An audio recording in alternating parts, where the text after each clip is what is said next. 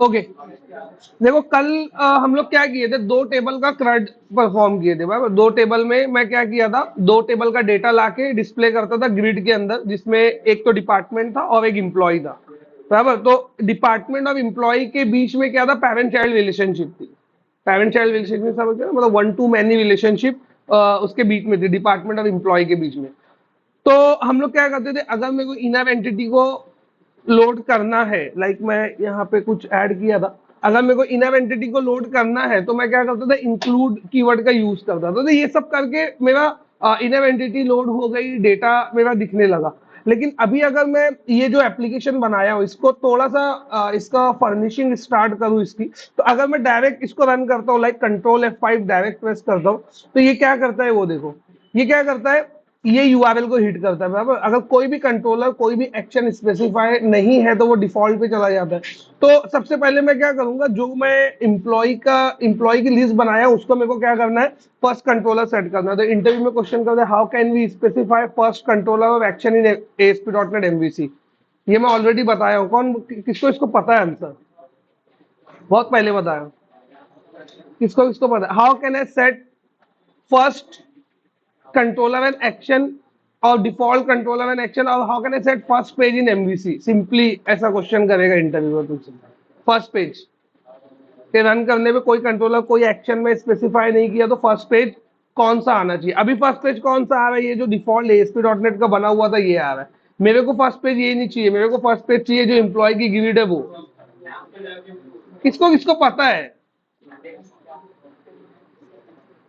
एक दो तीन चार पाँच छह, काफी लोग को पता है। और इधर साइड कौन किसको बोलूं,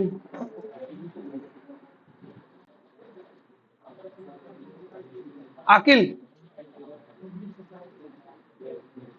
आंसर, बोले क्वेश्चन तो बताओ पहले।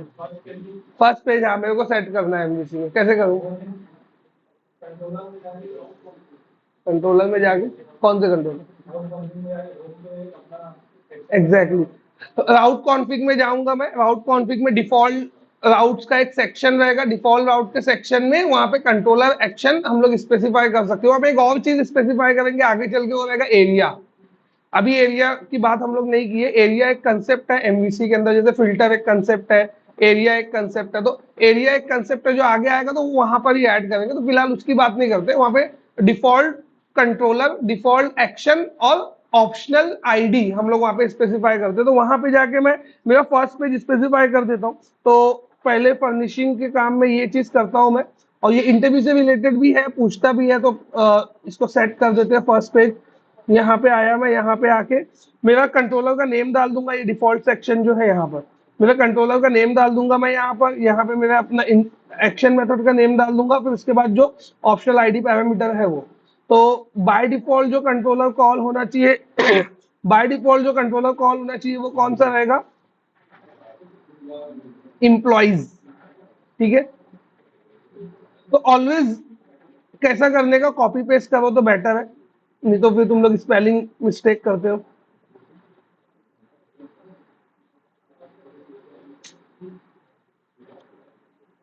और उसका इंडेक्स मतलब लिस्ट ही है, उसी का इंडेक्स कॉल करना था, तो ऑलरेडी इंडेक्स ही है। कंट्रोल शिफ्ट बी कर दो और सेम पेज को रिफ्रेश करो विदाउट यूआरएल चेंज किए। अब क्या आना चाहिए, अब यहाँ पे इंप्लॉय का की लिस्ट आ जाना चाहिए इंस्टेड ऑफ दिस पेज।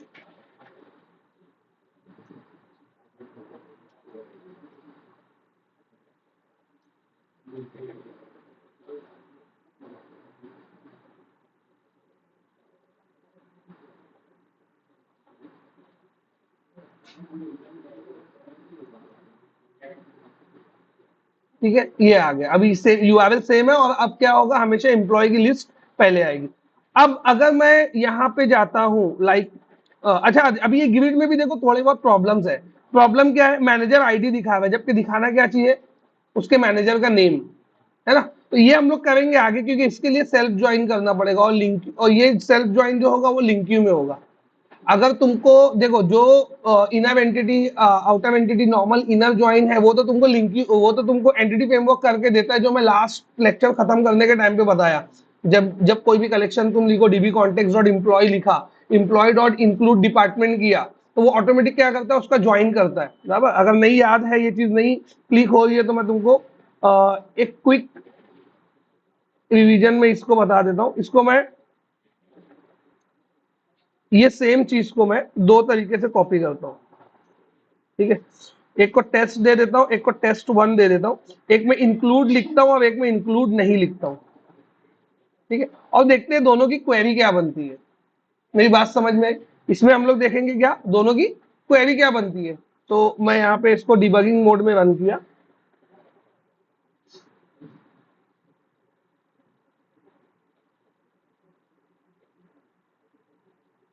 तो ऑटोमेटिक वही वाला कॉल होगा, क्योंकि फर्स्ट पेज तो अपना इम्प्लॉय और इंडेक्स ही है, तो इम्प्लॉय इंडेक्स को ही कॉल करने के लिए जाएगा, लेकिन वहां पे डिबगर पॉइंट लगा हुआ है तो रुक जाएगा वहां पे जाके। तो ब्रेक पॉइंट की वजह से रुक गया, देखो ये ब्रेक पॉइंट की वजह से यहाँ पे आगे रुक गया। अब मैं इसको F10 किया, ये एक लाइन नीचे आया लाइन नंबर 21 में, और टेस्ट को कैलकुलेट कर रहे हैं यहाँ पे, टेस्ट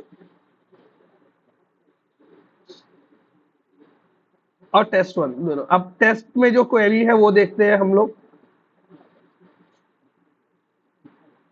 ये देखो इधर डॉट एसक्यूएल से क्वेरी मिल जाती है, ठीक है।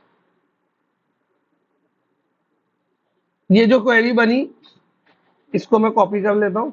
देखो ये क्वेरी क्या है, इसको एसक्यूएल सर्वर में कॉपी करते हैं हम लोग। यहाँ पे ये क्वेरी बनी, ये क्वेरी कैसी बनी है, सेलेक्ट जो भी कॉलम चाहिए था वो, ये एक्सटेंड वन क्यों ऐड हुआ, क्योंकि ये जो इम्प्लॉय है ना, इम्प्लॉय को इसने क्या दे दिया है, अलाइज दिया है। मैं बोला था दो लेवल पे अलाइज होगा, टेबल लेवल अलाइज और column level, column alias table alias. तो यहाँ पर ये जो अलाइज है, ये कौन सा अलाइज है, टेबल अलाइज है। तो टेबल अलाइज, अब यहाँ पे ये टेबल के कॉलम को एक्सेस करना है, तो इसके अलाइज को यूज करके एक्सेस किया। नहीं भी लिखोगे तो भी चलेगा, लाइक ये नहीं भी होता तो भी चल जाता। इसको क्वेरी को मैं थोड़ा सा सिंपल कर देता हूँ, ताकि फॉर सेक ऑफ अंडरस्टैंडिंग ऐसा बोल सकते हैं हम लोग, थोड़ा सा ज्यादा समझ में आएगा। इसको मैं अब देखो, ये आईडी आईडी दो कॉलम दो बार है, इधर भी आईडी है इधर भी आईडी है, तो कैसे मालूम पड़ेगा कौन सा आईडी है।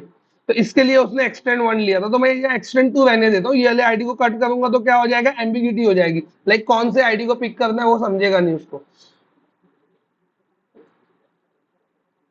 ठीक है। ये हो गया। नेम भी आई थिंक दो बार है ना, नेम भी दो बार है, यहाँ पे भी नेम है और यहाँ पे भी नेम है। अभी एक क्वेरी को मैं एग्जीक्यूट करूं, अगर डेटाबेस अपना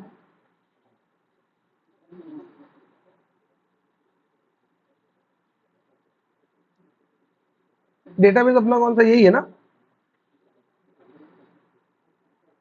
देखो अभी ये क्वेरी क्यों एरर दे रही है, क्योंकि यहाँ पे डेटाबेस मास्टर सेलेक्ट है, तो जो अपना डेटाबेस है वो सेलेक्ट कर लेने का। डेटाबेस है कौन सा, यही है क्या, ठीक है। अच्छा ये एम्बिगियस कॉलम दे रहा है, देखो एरर क्या दे रहा है, एम्बिगियस कॉलम दे, मतलब वही एम्बिगिटी क्रिएट हो गया, लाइक कौन सा आईडी पिक करना है। तो मैं इधर पे डाल देता हूँ एक्सटेंड वन, जो मैंने कट किया था वापस डालना ही पड़ रहा है वो।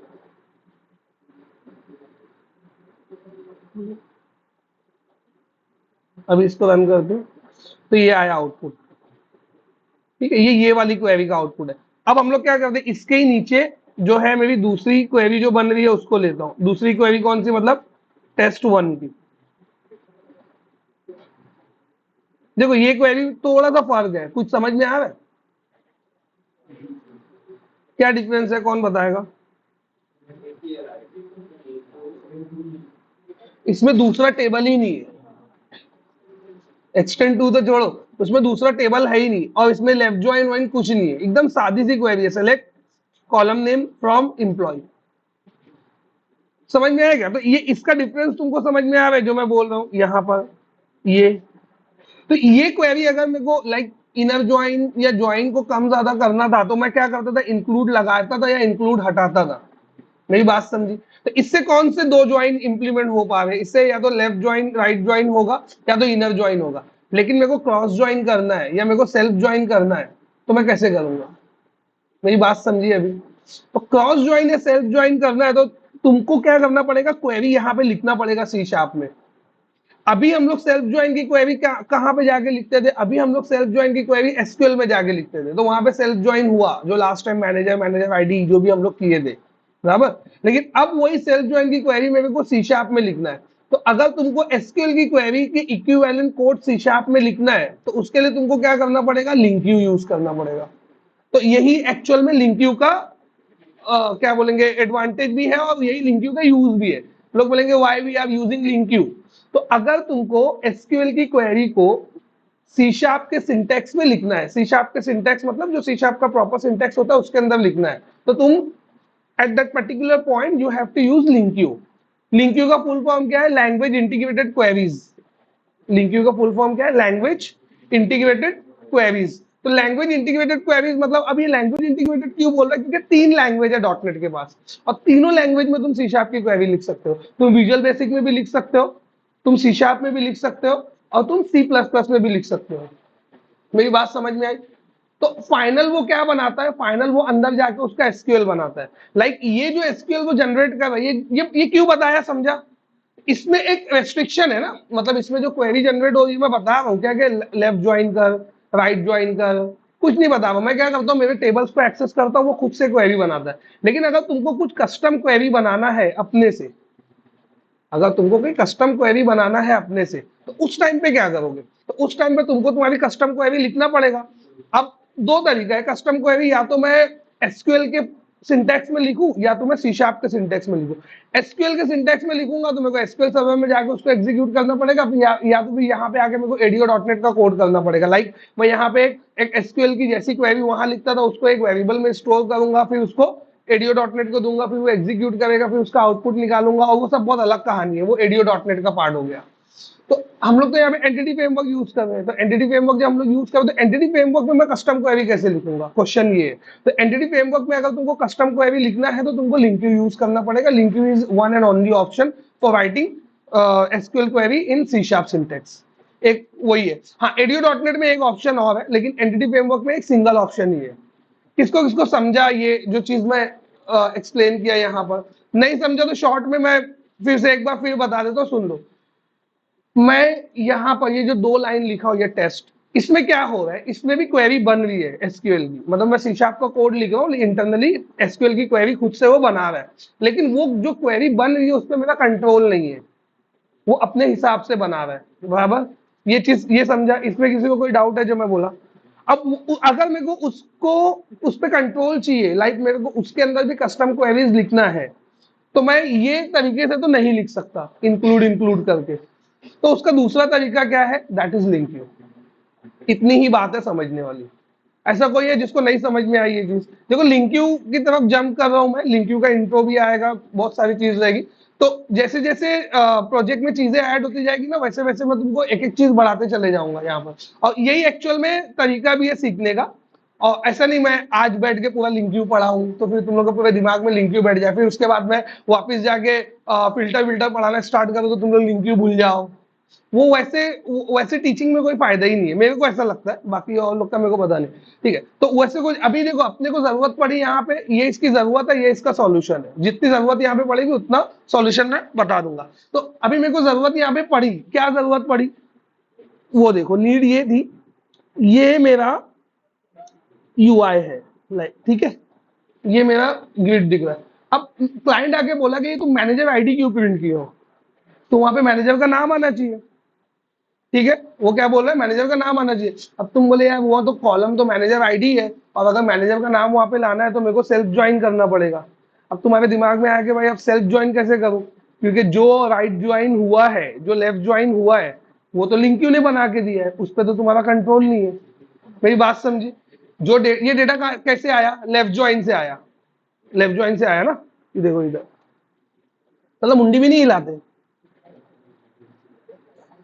लेफ्ट ज्वाइन से आया, समझे? तो वो जो डेटा है यही यही क्वेरी से बना है ना, वो डेटा उधर ही से मैं उठा के यहाँ पे पेस्ट किया हूं। तो जो ग्रिड तुमको दिख रहा है, जो ग्रिड तुमको दिख रहा है वो लेफ्ट ज्वाइन से बना है, और वो लेफ्ट ज्वाइन मैं नहीं लिखा हूं, वो लेफ्ट ज्वाइन कौन जनरेट करके दिया है मेरे को? एंटिटी फ्रेमवर्क जनरेट करके दिया है। Now I want to use self join instead of left join, तो मेरे पास कोई तरीका नहीं है अभी तक की नॉलेज के हिसाब से, कोई तरीका नहीं। बोले अभी तो बोले लिंक क्यू है, तो अभी तक का मतलब मेरे को कोई समझ में नहीं आ रहा, तो मैं सर्च करना स्टार्ट किया, तो मेरे को समझ में आया कि हाँ अगर ऐसा करना है तो इसके लिए लिंक क्यू लगेगा, तो लिंक क्यू की जरूरत पड़ी। तो फिर मैं लिंक क्यू पढ़ूंगा कि बेसिकली लिंक क्यू है क्या, लिंक क्यू की नीड सबको समझ में आई, क्यों लिंक क्यू लग रहा हो, क्यों मैं यहाँ पे जंप किया लिंक क्यू के ऊपर, ठीक है, एक पॉइंट। दूसरा थोड़ा सा इसमें फिनिशिंग थोड़ा सा इसमें फिनिशिंग करते, लाइक वहां भी नेम दिख रहा है, वहां भी नेम दिख रहा है, समझ में नहीं आया है ना कौन कौन सा नेम है ये ग्रिड में,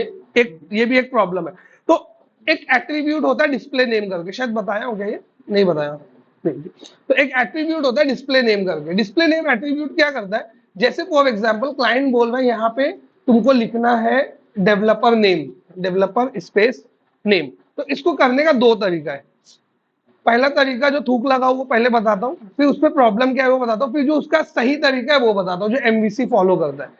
कोई भी सादा बंदा, मतलब जो नॉन एमवीसी वाला बंदा है, उसको ये प्रोजेक्ट पे बैठा लेंगे, बोलेंगे यहाँ पे मेरे को डेवलपर नेम चाहिए, तो वो क्या करेगा, उसका वो टेबल का ये टेबल टैग है ना, टेबल टैग में क्या होता है, टेबल टैग होता है, टीआर होता है, फिर टीडी होता है, टीएच होता है, तो ये नेम कहाँ लिखा रहेगा, एक टीएच में लिखा रहेगा, पहली रो के पहले रो के टेबल हेडर में, ठीक है। तो इसको सर्च करता हूं मैं, देखो, तो ये मैं व्यू में गया, यहां पर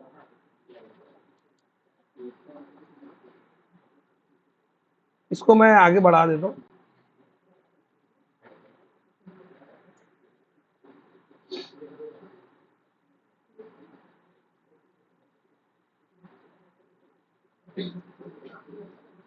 अभी मैं यहाँ पे आया, यहाँ पे व्यू में आया, व्यू में आके मैं यहाँ पे इंडेक्स में आया, व्यू में इंडेक्स में आया, तो देखो ये टेबल टैग से बना है, ये जो टेबल टैग है, ये टेबल टैग से ही वो जो टेबल तुमको दिख रहा है वो बना है, ठीक है। उसकी ये पहली रो है, जो मतलब टेबल हेडर तुमको दिख रहा है वो ये है।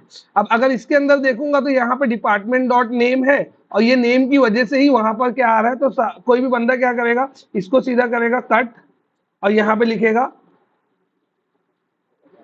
Developer name, sorry department name आएगा ना,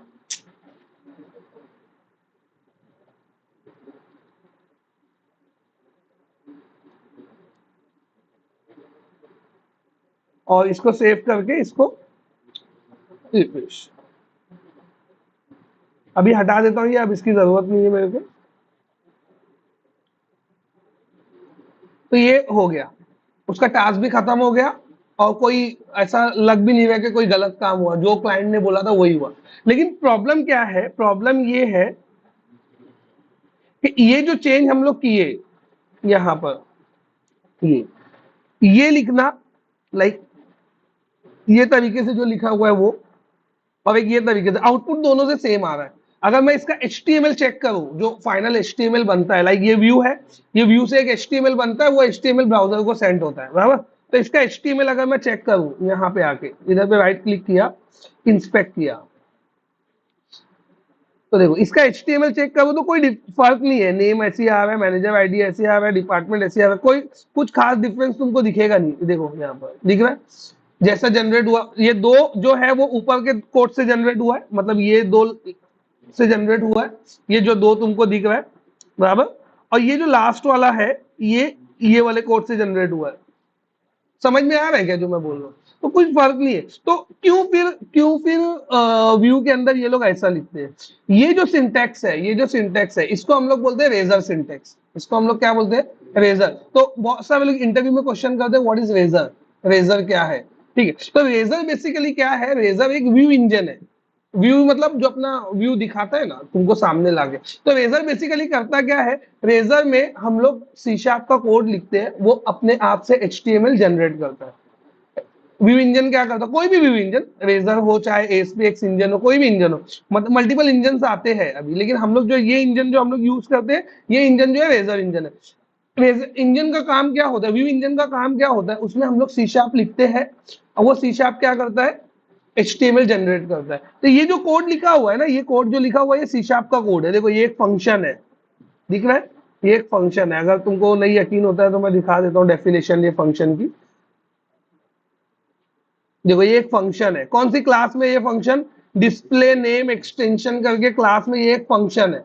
ये फंक्शन को हम लोग यहाँ पे आके कॉल करते हैं, यहाँ पे व्यू में। मतलब ये कोड कौन सा है, सी शार्प का कोड है। ये सी शार्प का कोड मैं लिख रहा हूँ, लेकिन इससे जनरेट क्या हो रहा है, फाइनल देखूंगा तो इससे जनरेट क्या हो रहा है, HTML। मेरी बात समझ में आई मैं क्या बोल रहा हूँ? तो अगर मैं HTML के सॉरी सी शार्प के कोड से HTML जो जनरेट कर रहा हूँ, तो वो सी शार्प का कोड बेसिकली क्या है, व्यू इंजन का कोड है। तो जो हम लोग व्यू इंजन यूज करते हैं उसका नाम क्या है, रेजर। तो डिफरेंट डिफरेंट व्यू इंजन आते हैं, एक एसपीएक्स इंजन है, एक रेजर पेजेस है, एक रेजर व्यू इंजन है। तो ऐसे डिफरेंट डिफरेंट व्यू इंजन आते हैं। तो जो व्यू इंजन हम लोग यूज कर रहे हैं उसका नाम है रेजर। तो अगर इंटरव्यू में इससे रिलेटेड एक ही क्वेश्चन है, व्हाट इज व्यू इंजन, तो व्यू इंजन किसके लिए यूज होता है, we will write C sharp code to generate HTML. So that particular purpose can be achieved by your view engine. उसका आंसर यही है, और कुछ इसमें रॉकेट साइंस है नहीं, समझने वाली चीज उसमें नहीं है। ठीक है, अब आ जाते हैं हम लोग यहाँ पर, जो मेन चीज हम लोग की है चेंज। तो अगर मैं यहाँ पे ऐसे हार्ड कोडेड वैल्यू डालता हूँ, ठीक है, तो ये हार्ड कोडेड वैल्यू अगर मैं डालूंगा तो ये व्यू से मैं क्या कर दिया, ये जो सिंटेक्स है इसको हम लोग बोलते हैं strongly typed syntax. Strongly typed मतलब कैसा हो गया कि ये लेबल ये मॉडल की प्रॉपर्टी के लिए बना हुआ है, ये लेबल ये मॉडल की नेम के लिए बना हुआ है, लेकिन ये डिपार्टमेंट नेम कौन से मॉडल की प्रॉपर्टी के लिए बना हुआ है, ये कोड पढ़ने के बाद किसी को समझ में नहीं आएगा। मतलब अगर मैं बोलूं ये चीज, ये नेम जनरेट हो रहा है, ओके, ये नेम यहाँ से जनरेट हो रहा है, ये नेम, तो ये नेम कहाँ से आ रहा है, तो मैं इसको ऐसा क्लिक करूंगा तो मेरे को पता चलेगा, ओ ओके, ये वाली प्रॉपर्टी से आ रहा है क्या। मेरी बात समझी। अब मैं थर्ड वाले के केस में जाता हूं, मैं यहाँ पे आया, थर्ड वाला देखा डिपार्टमेंट नेम है, डिपार्टमेंट नेम कहाँ से आ रहा है, तो मैं गया यहाँ पे डिपार्टमेंट नेम देखा, डिपार्टमेंट नेम कहाँ से आ रहा है, मेरे को जिंदगी में नहीं पता चलेगा वो कहाँ से आ रहा है। इसको समझा मैं जो बोला।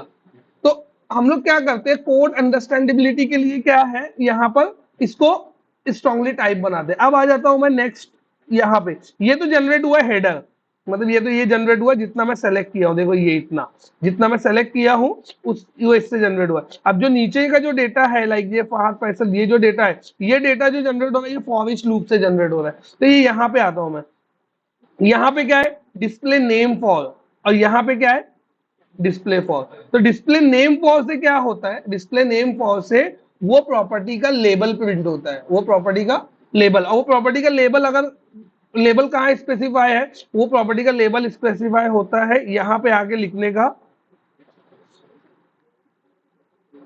डिस्प्ले, डिस्प्ले नेम है क्या,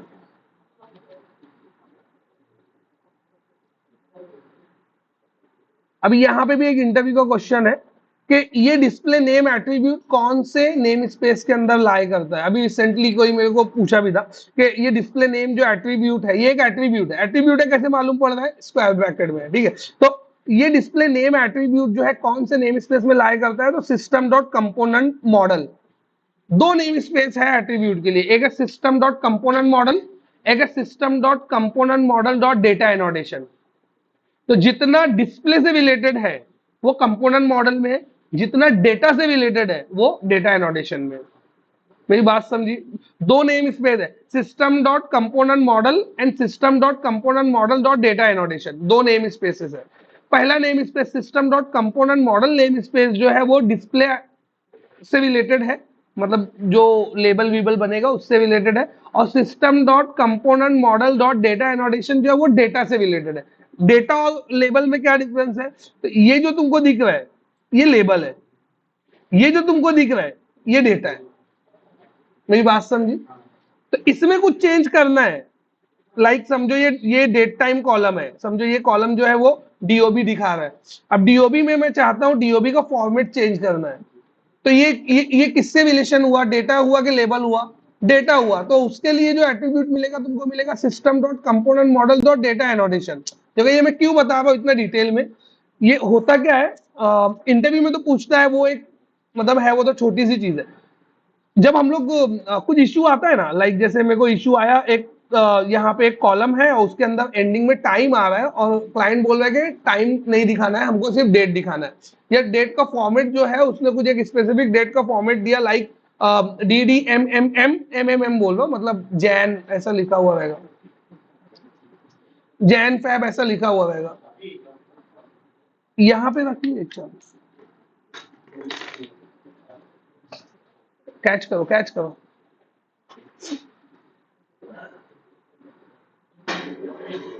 हाँ, तो डेट के एंडिंग में लेट से टाइम आ रहा है, ठीक है, वो टाइम निकाल के तुमको फॉर्मेट चेंज करने के लिए बोल रहा है वो। तो अब ये जो रिक्वायरमेंट हुई, ये तुमको समझ में आना चाहिए कि ये किससे रिलेटेड है, डेटा से रिलेटेड है कि लेबल से रिलेटेड है। तो ये रिक्वायरमेंट किससे रिलेटेड हुई, डेटा से रिलेटेड हुई, मेरे को डेटा को मैनिपुलेट करना है। अभी ये रिक्वायरमेंट जो मैं तुमको ऊपर दिया, लाइक यहाँ पे नेम लिखा हुआ था, और मैं उसको वापस से वही कोड कर देता हूँ, ताकि इसको मैं थोड़ी देर के लिए हटा देता हूँ।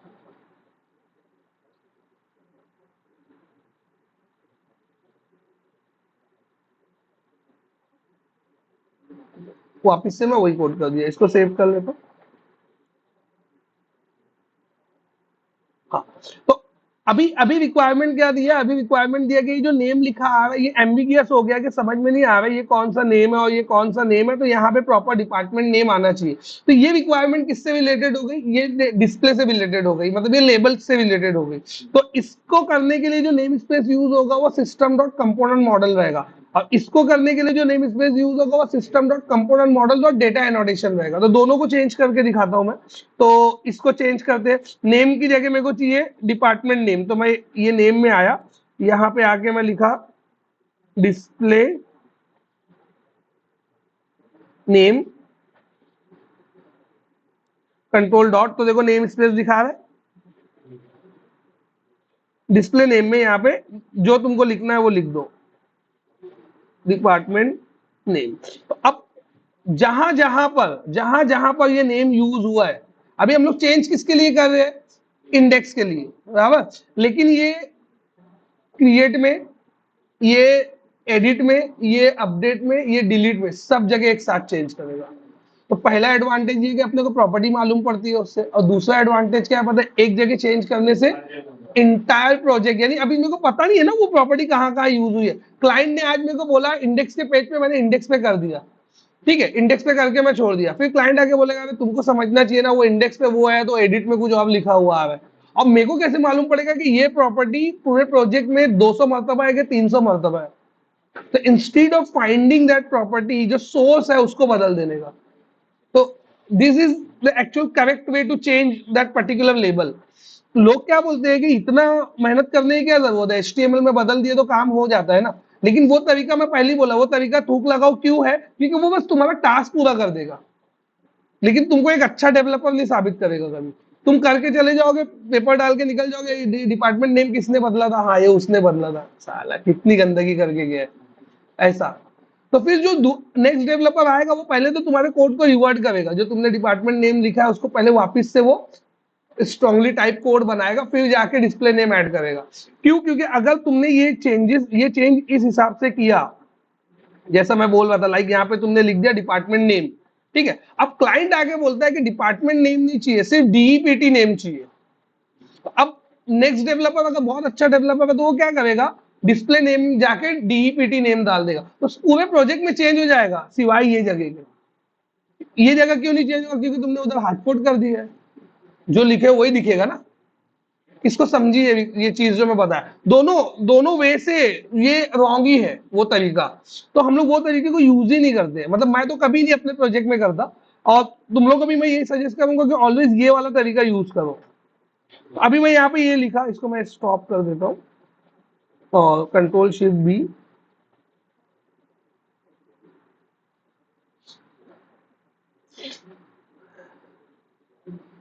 और एक, चलो एक चेंज तो यहाँ पे कर लेते हैं, कंट्रोल F5।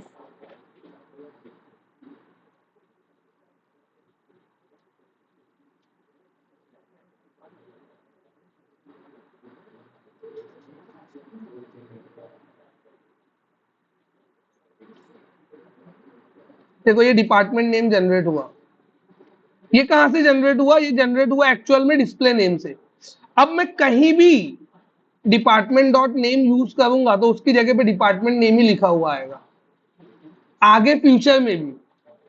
मेरी बात समझी, आगे फ्यूचर में भी अब वही आएगा। अगर मैं अभी इसके, अभी मैं इधर पे आया, देखो यहाँ पे क्या दिखा रहा है, नेम, ठीक है, मैं क्रिएट में गया, यहाँ पे क्या दिखा रहा है, नेम।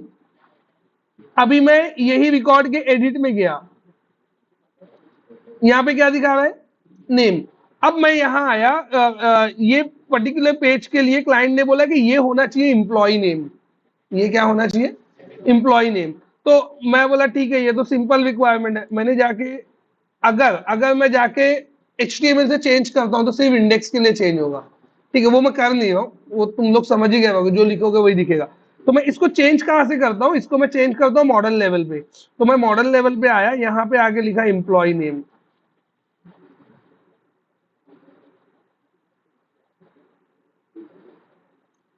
कंट्रोल शिफ्ट बी किया मैं। कंट्रोल शिफ्ट बी करने के बाद मैं इंडेक्स के पेज को रिफ्रेश किया,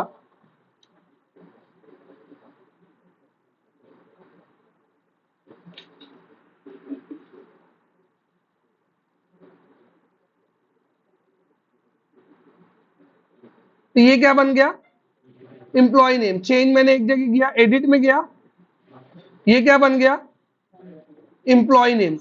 बैक आके मैं क्रिएट में गया, ये क्या बन गया। अब अगर ये 10,000 जगह यूज हुआ रहेगा तो 10,000 जगह पे तुम्हारे बग फिक्स हो गए। तुमको हर एक बार आके सेम बग तुम्हारे नाम पे ओपन नहीं होगा। और ये बहुत गंदी चीज है, अगर तुम कोई बग फिक्स कर रहे हो, फिर से तुमने कोई बग फिक्स किया, टेस्टर को दिया, टेस्टर ने टेस्ट किया, बोला अरे अभी भी बग है, फिर रीओपन हुआ, फिर तुम्हारे नाम पे आया, फिर तुमने फिक्स किया, फिर तुमने दिया, फिर फिर उसने एक दो बार, ठीक है, एक दो बार दैट इज फाइन। पहली बार तो रिक्वायरमेंट नहीं समझती है तो इसकी वजह से होता है।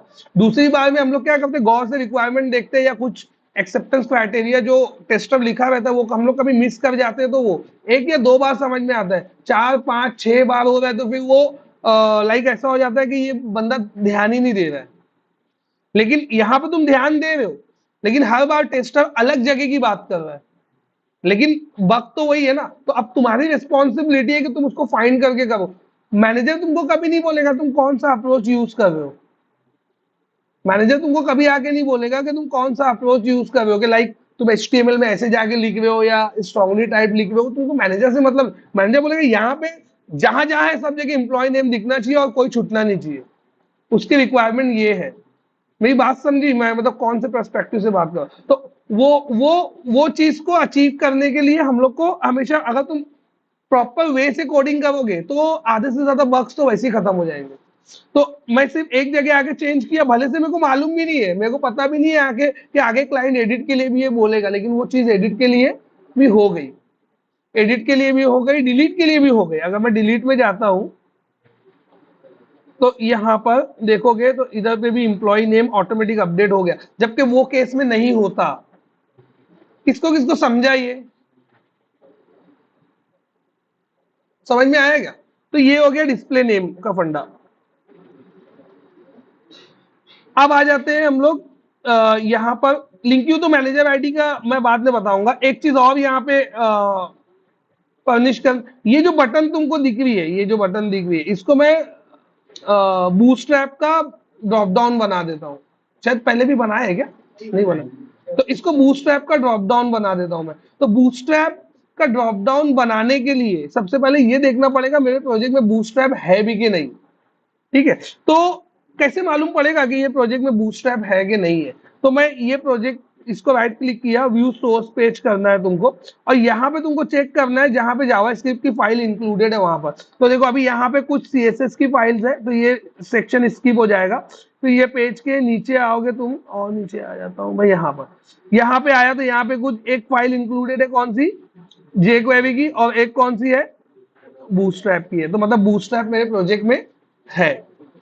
बूटस्ट्रैप होने के लिए जो रिक्वायरमेंट है वो है jQuery। बिना jQuery के बूटस्ट्रैप नहीं चलेगा।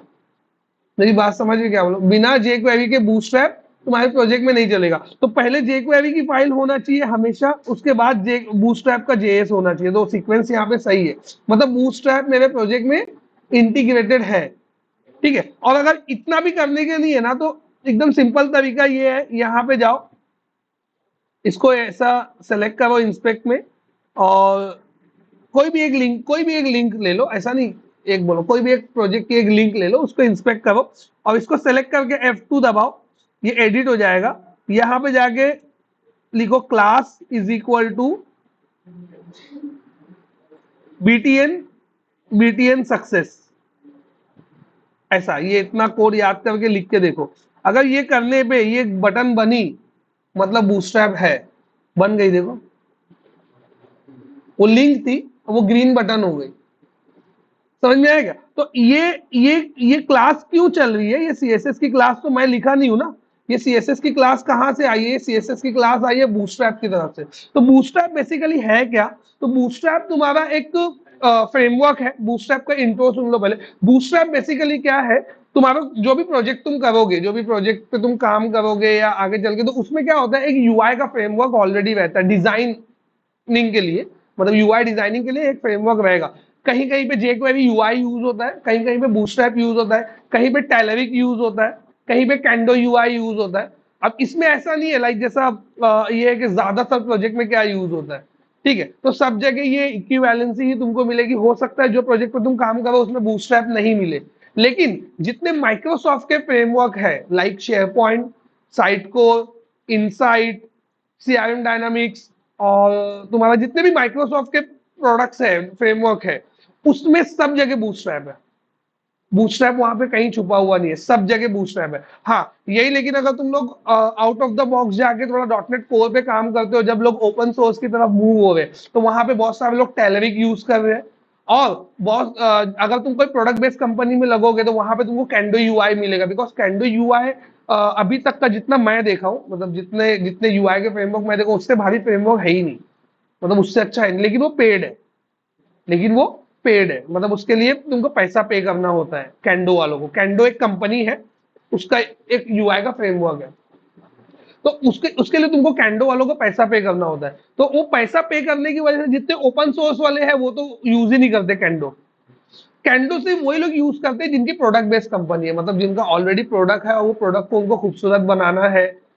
समझे क्या? तो उसके लिए ही प्रोडक्ट बेस्ड कंपनी में कैंडो यूज होता है। अभी जैसे मेरा जो प्रोजेक्ट है, मैं जिसपे काम करता हूँ, हम लोग को पूरा कैंडो UI है, पूरा के पूरा Kendo UI, no Bootstrap, no Telerik, nothing, no jQuery UI, पूरा कैंडो पे चलता है। तो कैंडो इटसेल्फ एक, मतलब वो एक खुद का एक लर्निंग प्लेटफॉर्म है कैंडो का। मतलब वो तुमको ट्यूटोरियल देगा, सब देगा, कोड भी देगा, सपोर्ट के लिए बंदा भी देगा। पैसा ले रहा है तो देगा ही ना भाई, सीधी सी बात है। वो मंथली चार्ज लेता है उसके लिए। तुम्हारी कंपनी अगर कैंडो यूज करती है तो बहुत अच्छी बात है, UI का आधा झमेला खत्म हो जाता है। हम लोग को सिर्फ बोलना होता है कि ये ग्रिड मेरे को बनाना है, वो लोग सपोर्ट से तुमको उसका HTML और उसका कोड स्निपेट मेल में भेज देते हैं। वो अपने को अपने प्रोजेक्ट में इंटीग्रेट करना होता है। जैसे jQuery data table, jQuery data table किए थे क्या आप? अपना नहीं हुआ है ना इधर में? हाँ ठीक है, वो भी आगे बता दो। जैसे लाइक एक आएगा अभी jQuery डेटा टेबल, उसकी वेबसाइट पे जाके कोड कॉपी पेस्ट करो, डायरेक्ट चलने लगता है। ठीक है, तो वैसा तुमको कैंडो वाले देते हैं वो टाइम पे। तो बूटस्ट्रैप बेसिकली क्या है? बूटस्ट्रैप भी एक UI का फ्रेमवर्क है जो फ्री है, ओपन सोर्स। तो ओपन सोर्स वाले, ज्यादातर ओपन सोर्स वाले जो है, जो लोग माइक्रोसॉफ्ट की टेक्नोलॉजी में काम करते हैं लाइक, तो वो लोग सब बूटस्ट्रैप यूज करते हैं। और बाकी अगर तुम प्रोडक्ट बेस में जाओगे तो तुमको कैंडो मिलेगा। और नए प्रोजेक्ट्स में जाओगे, लाइक जो ऐसा प्रोजेक्ट है जिनका UI जो है PHP वाले बना रहे हैं, UI मतलब टीम डिफरेंट है, तो उन लोग टेलरिक वगैरह भी यूज करते हैं। टेलरिक भी वैसे ही है, बूटस्ट्रैप जैसा एक UI का फ्रेमवर्क है। ठीक है, तो हम लोग को क्या बोलना है? हम लोग को जरूरी नहीं है तुम IT में आए तो तुमको हर एक फ्रेमवर्क आना चाहिए। तुम जो प्रोजेक्ट पे काम किए हो उसमें बूटस्ट्रैप था, तो तुमको बूटस्ट्रैप में तुम क्या करते थे वो आना चाहिए। बूटस्ट्रैप में तुमको पूरा नहीं आएगा तो चलेगा। ठीक है, तो बूटस्ट्रैप बेसिकली क्या है? UI का फ्रेमवर्क है। मतलब तुमको एक वेबसाइट है सादी सी, हेलो वर्ल्ड तुमने प्रिंट किया, अब उसको तुमको सादी से हेलो वर्ल्ड वाली वेबसाइट को ई-कॉमर्स साइट बनाना है, तो उसके लिए तुमको कितनी CSS लिखनी पड़ेगी, कितना डिजाइन करना पड़ेगा, कितना लाइक कलर दे रहे हो, फॉन्ट दे रहे हो, इमेज डाल रहे हो, पैनल बना रहे हो, ये सब करना पड़ेगा। तो ये सब लेट्स से पहले मुजम्मिल आया ई-कॉमर्स साइट बना रहा था, तो इसने बहुत मेहनत किया ग्रीन बटन बनाने के लिए, येलो बटन बनाने के लिए, राउंड बटन बनाने के लिए।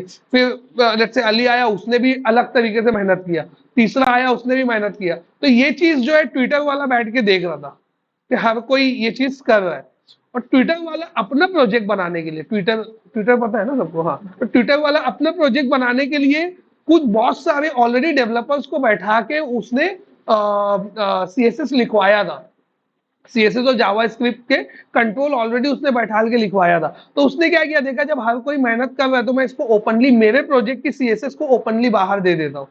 तो ट्विटर ने जो ओपनली उसके प्रोजेक्ट के सीएसएस को बाहर दिया, that CSS and JavaScript is known as the bootstrap. तो बूटस्ट्रैप जो है ट्विटर का है, समझ में आ रहा है क्या बोलो। माइक्रोसॉफ्ट ने उसको गोल्ड लाइसेंस खरीदा है, माइक्रोसॉफ्ट के हर प्रोडक्ट में तुमको बूटस्ट्रैप मिलेगा। इवन तुम एमवीसी का भी, हम लोग जो एप्लीकेशन एमवीसी की बनाई है, इसमें हम लोग कहाँ ऐड किए बूटस्ट्रैप, खुद ही से बूटस्ट्रैप उसमें इंटीग्रेटेड है। तो माइक्रोसॉफ्ट के सब प्रोडक्ट में तुमको बूटस्ट्रैप मिलेगा, तो इस इतना टेंशन लेने की जरूरत नहीं। और मोस्ट ऑफ टाइम जो है हम लोग जो काम करते हैं हम लोग को माइक्रोसॉफ्ट का ही मिलता है, क्योंकि हम लोग डॉटनेट यूज करते हैं, डॉटनेट एमवीसी। डॉटनेट कोर वालों को थोड़ा सा है प्रॉब्लम, जिनका डॉटनेट कोर रहेगा ना उनको कुछ और मिल सकता है, क्योंकि डॉटनेट कोर बना ही इसके लिए कि मैं माइक्रोसॉफ्ट के प्लेटफॉर्म से बाहर निकलूं। शायद बताया था डॉटनेट कोर के बारे में, वो प्लेटफॉर्म इंडिपेंडेंट है, मतलब माइक्रोसॉफ्ट की टेक्नोलॉजी मेरे को यूज नहीं करना, लेकिन मेरे को सी शार्प का पावर चाहिए, तब हम लोग डॉटनेट को यूज करते हैं। तो अदर टेक्नोलॉजीज उसकी कोई अलग माइक्रोसॉफ्ट स्टैक की नहीं रहेगी, कुछ अलग ही रहेगा।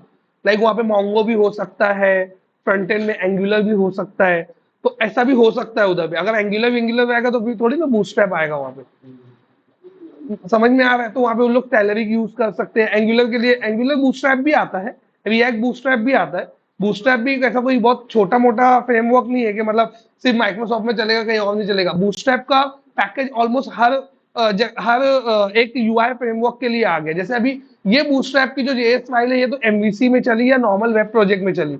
अभी मैं रिएक्ट का प्रोजेक्ट बना रहा हूँ, तो रिएक्ट बूटस्ट्रैप एक अलग से पैकेज है, एंगुलर बूटस्ट्रैप एक अलग से पैकेज है। मेरी बात समझ में मैं क्या बोला, मतलब बूटस्ट्रैप ने उनके लिए भी पैकेजेस निकाल के रखा है, लेकिन वो इतने फेमस और इतने यूज नहीं होते हैं एज कंपेयर टू जितना ये सब प्रोजेक्ट में यूज होता है। तो एमवीसी में हो तो बूटस्ट्रैप ही रहेगा, 70-80% चांस है। लेकिन अगर डॉटनेट कोर में गए तो फिर थोड़ा सा सोचने की बात है। तो तो तुम ये बोल सकते हो कि अभी मैंने एमवीसी पे काम किया, मेरे प्रोजेक्ट में बूटस्ट्रैप है, ठीक है। वो बोलेगा व्हाट इज बूटस्ट्रैप, तो तुम बोलोगे बूटस्ट्रैप एक यूआई लाइब्रेरी है, bootstrap is a UI library for designing and UI purpose, ठीक है। नेक्स्ट, तुमने बूटस्ट्रैप में क्या किया है, तुमने बूटस्ट्रैप में क्या किया, तो बोला कि एक यूआई टीम है सेपरेट, वो हम लोग को एचटीएमएल सीएसएस जो है, एचटीएमएल जो है बूटस्ट्रैप का जो देती है, हम लोग उसको व्यू में इंटीग्रेट करते हैं। बट सम टाइम हम लोग को क्या करना पड़ता है, बेस्ड ऑन कंडीशन बूटस्ट्रैप की क्लासेस को ऐड और रिमूव करना पड़ता है। कैसे, जैसे फॉर एग्जांपल ये बटन जो बनी अभी ग्रीन बनी, पता नहीं कलर कौन सा दिख रहा है, क्या कौन सा दिख रहा है इधर, कुछ अलग ही दिख रहा है मेरे को, ब्लैक दिख रहा है इधर साइड से। तो जो भी ये ग्रीन है, लेकिन है तो ग्रीन। तो ये ग्रीन बटन बनी, अब क्या होना चाहिए, अगर मैं 10 o'clock ये पेज को ओपन कर रहा हूं तो ये ग्रीन आना चाहिए, आफ्टर 12 कर रहा हूं तो ये ब्लू आना चाहिए। ये मेरे को करना है। अब ये चेंजेस तो डायनामिक हुआ ना, ये चेंजेस तुमको यूआई वाला नहीं देगा। तो ऐसे टाइप के चेंजेस जो है तुम अपने बैकएंड से कंडीशन डाल के करते हो। तो तुम क्या करोगे, based on current date time hours के बेसिस पे क्लासेस को अटैच करोगे उसके अंदर। तो बेस्ड ऑन कंडीशन हम लोगों को क्या करना पड़ता है, कुछ क्लासेस को ऐड करना पड़ता है, कुछ क्लासेस को रिमूव करना पड़ता है बूटस्ट्रैप की। ये एक। दूसरा ये कि कुछ लिंक्स है, कुछ लिंक, बहुत सारी प्रोजेक्ट में लिंक्स थी, उसको मेरे को बटन में कन्वर्ट करना था, जैसे मैं अभी जस्ट किया। जैसे वो लिंक थी, ये भी सब लिंक है, इसको भी बटन में कन्वर्ट कर सकते हैं। तो बोलना मैंने बूटस्ट्रैप का ड्रॉप डाउन बनाया है, बूटस्ट्रैप का पैनल बनाया है, बूटस्ट्रैप का पैनल कंट्रोल यूज किया है, बूटस्ट्रैप का बटन, तो पैनल बटन सब हम लोग इधर यूज करेंगे आगे, हम लोग मतलब आगे डालेंगे। तो वो कैसे डालना है, वो एकदम सिंपल है। बूटस्ट्रैप की एक वेबसाइट है getbootstrap.com, वहां पे जाना है, तुमको वर्जन सेलेक्ट करना है, वर्जन सेलेक्ट करके वहां पे तुमको पूरा कोड मिल जाता है, उसको उठा के लाके डाल देना। अभी मैं करूंगा यहाँ पे जस्ट अभी अभी के लेक्चर में इसको चेंज करूंगा मैं कैसे, लेकिन उससे पहले बूटस्ट्रैप का जो बेसिक है वो समझ लो, ठीक है। तो ये बूटस्ट्रैप, वो पूछेगा तुमने क्या किया, तो तुम ये बताओगे। अब अब हम लोग आ जाते हैं बूटस्ट्रैप की थ्योरी के ऊपर। बूटस्ट्रैप बेसिकली काम कैसे करता है, बूटस्ट्रैप का सबसे बड़ा एडवांटेज क्या है, बूटस्ट्रैप की वजह से तुम्हारी वेबसाइट जो है वो रेस्पॉन्सिव हो जाती है। रेस्पॉन्सिव का मतलब कोई भी स्क्रीन पे चलेगी, कोई भी स्क्रीन साइज पे तुम्हारी वेबसाइट जो है ओपन होगी। पहले अगर तुम लोग कोई सिम्बियन फोन कौन कौन यूज किया, सिम्बियन 1 2 3, सिम्बियन फोन के अंदर को वेबसाइट ओपन करते थे तो वो ऐसा ऐसा जूम करके वेबसाइट को देखना पड़ता था, मतलब वो मोबाइल की स्क्रीन के हिसाब से वेबसाइट मैनेज नहीं होती थी। वो वेबसाइट बड़ी खुलती थी जैसे पीसी में खुलती है, सेम वैसी खुलती थी, बस हम लोग को ऐसा जूम करके देखना पड़ता था उसको। तो अगर तुमको वो याद होगा तो वो टाइम पे वेबसाइट जो होती थी वो रेस्पॉन्सिव नहीं होती थी, लेकिन अब तुम सिम्बियन फोन में भी अगर वेबसाइट खोलोगे तो वो रेस्पॉन्सिव दिखेगी। तो पहले वेबसाइट होती थी जो टारगेट करके बनाते थे ये लोग, लैपटॉप की स्क्रीन, मतलब बड़ी स्क्रीन को टारगेट करते थे। अब अगर मैं लैपटॉप के लिए बनाऊं तो वो मोबाइल में नहीं चलेगा, मोबाइल के लिए बनाओ तो वो लैपटॉप में प्रॉपर नहीं दिखेगा। तो तो वो टाइम पे रेस्पॉन्सिव बनाने के लिए जो जो टेक्नोलॉजी यूज होती थी वो थी मीडिया क्वेरीज। मीडिया क्वेरीज करके एक टेक्निक है जिसके थ्रू तुम वेबसाइट को रेस्पॉन्सिव बना सकते हो। लेकिन प्रॉब्लम क्या था मीडिया क्वेरीज में, मीडिया क्वेरीज एक सेपरेटली मेरे को सीखना पड़ता था, स्क्रीन के हिसाब से डेवलपमेंट करना पड़ता था। अगर स्क्रीन की साइज ये है तो ये वाला सीएसएस, स्क्रीन की साइज ये है तो ये वाला सीएसएस, स्क्रीन की साइज इतने से इतने के बीच में है तो ये वाला सीएसएस, समझ रहे हो क्या, ऐसे लिखना होता था मेरे को। तो उसकी वजह से मीडिया क्वेरीज बहुत कॉम्प्लिकेटेड थी और ज्यादातर डेवलपर मीडिया क्वेरीज को अवॉइड करते थे। और मीडिया क्वेरीज के प्रॉपर एक डेवलपर हायर करना पड़ता था कंपनी को। तो बूटस्ट्रैप ने क्या किया, बूटस्ट्रैप ने किया ये कि पूरी मीडिया क्वेरीज का काम उसने लाके, ट्विटर ने क्या किया, पूरा मीडिया क्वेरीज का काम लाके बूटस्ट्रैप में रख दिया। वो बोला कि तुमको कुछ करने की जरूरत नहीं है, तुमको कुछ करने की जरूरत नहीं है। मैं एक तुमको जेएस फाइल दूंगा, तुमको मैं एक सीएसएस फाइल दूंगा, वो जेएस और सीएसएस को अपने पेज में ऊपर नीचे डाल देना, जैसा कि यहाँ पे किया है इसने। सोर्स पेज में कहा गया,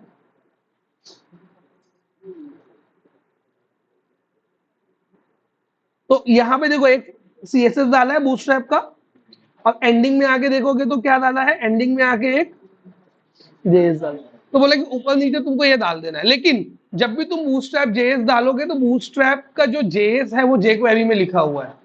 बूटस्ट्रैप के अंदर जो जावास्क्रिप्ट लिखी हुई है, मतलब ये जो फाइल की जावास्क्रिप्ट लिखी हुई है वो किस में लिखी हुई है, जेक्वेरी में लिखी हुई है। तो ये चलने के लिए जेक्वेरी होना चाहिए तुम्हारे पेज पे, तो उसके ऊपर होना चाहिए। अगर बाद में डालोगे तो अभी एरर देने लगेगा। अभी अगर मैं इसको उठा के नीचे मूव करूंगा ना तो अभी एरर देना स्टार्ट कर देगा ये, समझे क्या। तो उसके लिए तुमको क्या होना चाहिए, उसके लिए तुमको जेक्वेरी होना चाहिए। ये चीज ट्विटर ने बोला कि ये तुम करो, और मैं एक पेज दूंगा, वेबसाइट दूंगा, उस पर पूरा पूरा कोड रहेगा, उस पर पूरा सीएसएस की क्लासेस रहेगी, वो सीएसएस की क्लासेस को यूज करोगे तो जैसा डिजाइन ट्विटर का है वैसे ही डिजाइन तुम अपनी वेबसाइट पे ले सकते हो। ट्विटर खोल के ट्विटर ओपन करोगे ना, ट्विटर की बटन वगैरह देखोगे तो सब बूटस्ट्रैप जैसी ही दिखती है। अभी तो थोड़ा चेंज कर दिया, पुराना ट्विटर का ओल्ड वाला यूआई देखोगे कहीं से गूगल पे मिल जाएगा, तो पूरा बूटस्ट्रैप का था। और वही कोड उसने बाहर एक्सपोज किया है। ट्विटर बूस्ट, उसका नाम ही पहले ट्विटर बूटस्ट्रैप था, अभी उसका नाम से बूटस्ट्रैप कर दिए लोग, मतलब ट्विटर वर्ड निकाल दिए, क्योंकि वो एमआईटी का लाइसेंस देने लगा। एमआईटी का लाइसेंस मतलब ओपन सोर्स का लाइसेंस, यानी कोई भी इसको यूज कर सकता है अपने क्या बोलेंगे, प्रोडक्शन रेडी सॉफ्टवेयर के अंदर। मतलब अगर मैं कोई सॉफ्टवेयर है जिससे मैं पैसा कमा रहा हूं, जैसे फॉर एग्जांपल फराज ने एक लाइब्रेरी बनाया, ठीक है। अब फराज ने लाइसेंस रखा है इसका, कि इसका लाइसेंस का कॉस्ट है कि महीने का तुमको $2 मेरे को देना पड़ेगा, मिनिमल कॉस्ट है। अब मैं क्या किया, उसकी लाइब्रेरी यूज कर रहा हूँ, तो उसकी लाइब्रेरी अगर मैं यूज कर रहा हूँ तो मैं क्या करूंगा, एज ए लाइसेंस कॉस्ट महीने का $2 फराज को दूंगा।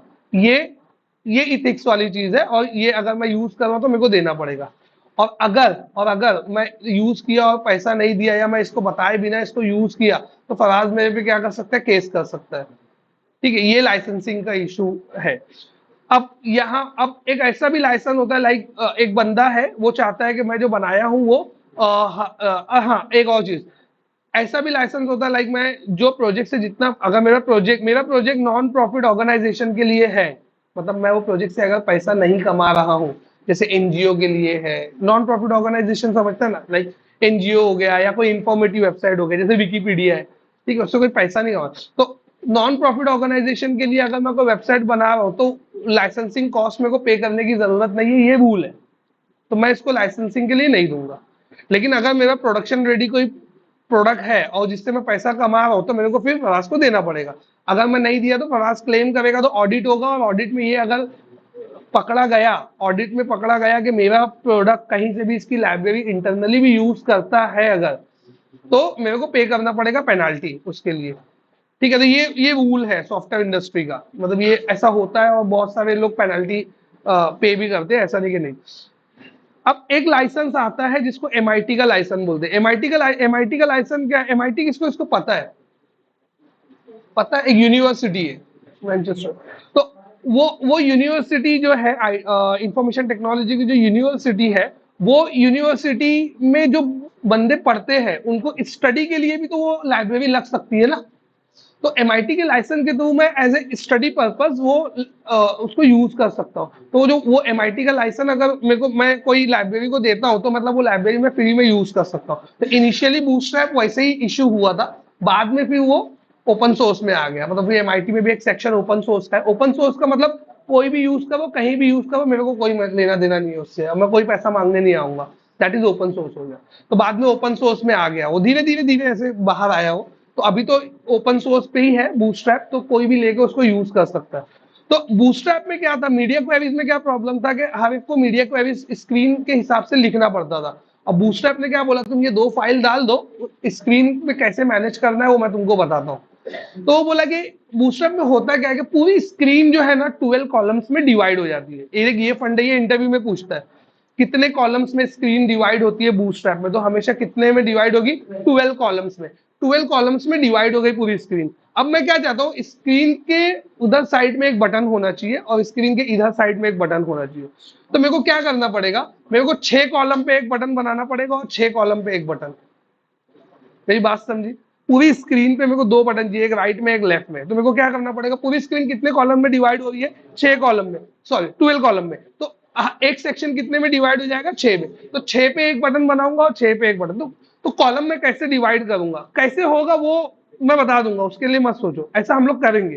ठीक है, लेट्स से मेरे को स्क्रीन को 60-40 डिवाइड करना है। तो मेरे को क्या करना पड़ेगा, 4 और 6, 4 और 6 नहीं, 8 और 4। तो एक साइड में मैं 4 कॉलम ले लूंगा, एक साइड में मैं 8 कॉलम ले लूंगा, बराबर। तो ये क्या हो गया, 60-40 रेशियो में हो गया। अभी फॉर एग्जांपल मेरे को पूरी स्क्रीन को 3 पार्ट में डिवाइड करना है, जैसा वेब का लेआउट होता है। एक साइड में यहाँ पे एडवर्टाइजमेंट से सेक्शन आना चाहिए, वो साइड में मेनू जनरेट होना चाहिए, बीच में बड़ा सेक्शन होना चाहिए जिसमें एक्चुअल में पेज खुलेगा। तो कितना पार्ट में डिवाइड करना है, 3 पार्ट में। तो एक कॉलम वहां लूंगा, एक कॉलम यहां लूंगा। कितना कॉलम गया, 2 कॉलम गया। बीच का कॉलम कितना लूंगा, 10। तो जो कॉलम में जो डेटा पुट करूंगा ना वो साइड में ही रहेगा। अब स्क्रीन में कितनी भी छोटी करूंगा, मतलब मैं स्क्रीन को छोटे छोटे छोटे छोटे भी करते जाऊंगा तो भी वो कॉलम वैसे ही रहेगा। तो जो सेक्शन है वो साइड में चपका हुआ रहेगा, और जो बीच का डेटा है वो वैसे ही दिखते रहेगा। तो मेरी वेबसाइट के कंटेंट ऊपर नीचे नहीं होंगे वो केस में। ठीक है, अब उसके बाद यहाँ पे आता है रेस्पॉन्सिव की बारी। ये समझा मैं जो बोला, ठीक है। तो जब भी हम लोग को हाँ एक और चीज, जैसे फॉर एग्जांपल मैंने पूरी स्क्रीन को 2 पार्ट में डिवाइड किया, 6-6 कॉलम किया। तो अब ये जो 6 है ना, ये भी इसके अंदर भी छोटे छोटे 12 कॉलम बनेंगे। अब ये 6 को भी और आधा करना है, तो मेरे को क्या करना पड़ेगा, ये 6 के अंदर भी 3-3 नहीं, 6-6, क्योंकि ये पूरा 12 बन गया। अब इसके अंदर अगेन मेरे को 6-6 डिवाइड कर सकता हूं मैं, या इसमें 60-40 करना है तो वो भी कर सकता हूँ। फिर जो एक सेक्शन बनेगा उसमें अगेन 12 कॉलम आएंगे, उसको भी डिवाइड करना है तो उसको भी कर सकता हूँ। समझिएगा? तो हर एक सेक्शन में 12 कॉलम रहेंगे। अब सेक्शन लेवल पे जब भी तुम बात करोगे, तुमको डिवाइड करना है उसमें, तो तुमको 12 कॉलम लेना है। और अगर कोई कॉलम नहीं स्पेसिफाई करोगे तो पूरे 12 कॉलम वो बाय डिफॉल्ट ले लेगा। और अगर तुम कॉलम स्पेसिफाई करोगे तो उतने कॉलम्स में ही वो डीप को स्पैन करेगा। ठीक है, तो जैसे फॉर एग्जाम्पल मैं एक डीप बनाता हूँ, एक एचटीएमएल में एक डीप बनाता हूँ। ठीक है, एचटीएमएल में डीप सबको पता है, कोई ऐसा है जिसको नहीं पता है? स्टिल नहीं पता है तो मैं उसकी हेल्प नहीं कर सकता, कि बहुत पहले से बोला एचटीएमएल में डीप स्पैन वो सब देख लो। ठीक है, तो एचटीएमएल में एक डीप बनाता हूं मैं। तो डीप जो है वो ब्लॉक लेवल एलिमेंट है। जब डीप बनाओगे ना तो एक डीप वहां बनाओगे तो पूरी स्क्रीन ले लेता है। वो क्या करता है, पूरी स्क्रीन ले लेगा। लेकिन वही तुम स्पैन क्रिएट करोगे तो जहां स्पैन का डेटा है ना वहीं तक उसकी बाउंड्री आती है। अगर ये चीज नहीं समझ में आ रही तो ऐसे देख सकते हो, लाइक